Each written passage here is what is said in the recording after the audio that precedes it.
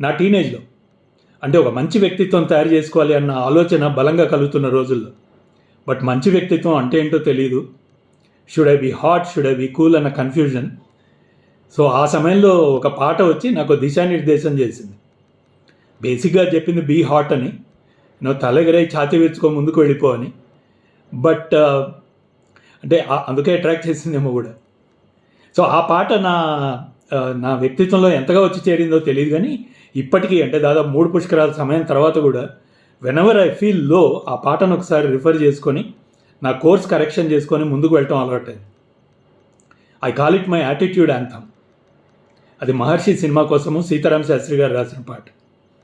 సాహసం నా పదం, రాజసం నా రథం, సాగితే ఆపడం సాధ్యమా, పౌరుషం ఆయుధం, పోరులో జీవితం, కైవసం కావడం కష్టమా, లోకమే బానిసై చేయదా ఊడిగం, శాసనం దాటడం శక్యమా, నా పదగతిలో ఏ ప్రతిఘటన ఈ పిడికిటిలో తాను ఒదుగునుగా.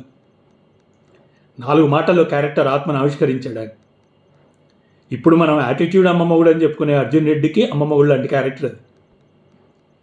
బట్ అర్జున్ రెడ్డిలో ఉండే మిసాజినీ కానీ మేల్ షావనిజం కానీ అందులో కనిపించదు, అట్లీస్ట్ పాట వరకు. అంటే తర్వాత సినిమాలో వంశీ గారి ఈ క్యారెక్టర్ని తీసుకెళ్ళిన తీరు నాకు నచ్చదు, కానీ ఈ పాటలో శాస్త్రి గారు రాసిన తీరు చాలా ఇష్టం.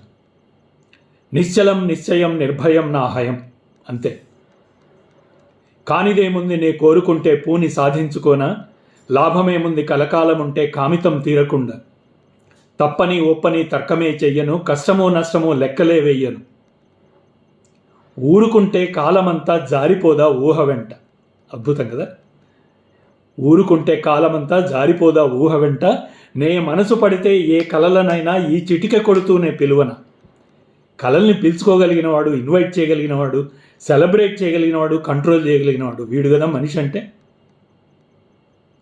ఎన్నో పాటలు పాట మ్యూజిక్ వల్ల, దానికి వచ్చే సక్సెస్ వల్ల, హీరోయిన్ల వల్ల పాట సాహిత్యానికి రావాల్సిన ఫాలోయింగ్ రాకుండా పోతుంది అనిపిస్తుంది. ఈ పాట గట్టిగా అలాంటిదని నా నమ్మకం. అదరని బెదరని ప్రవృత్తి, ఒదగని మదగజమే మహర్షి, ఎవ్వరికి తలంచాడు.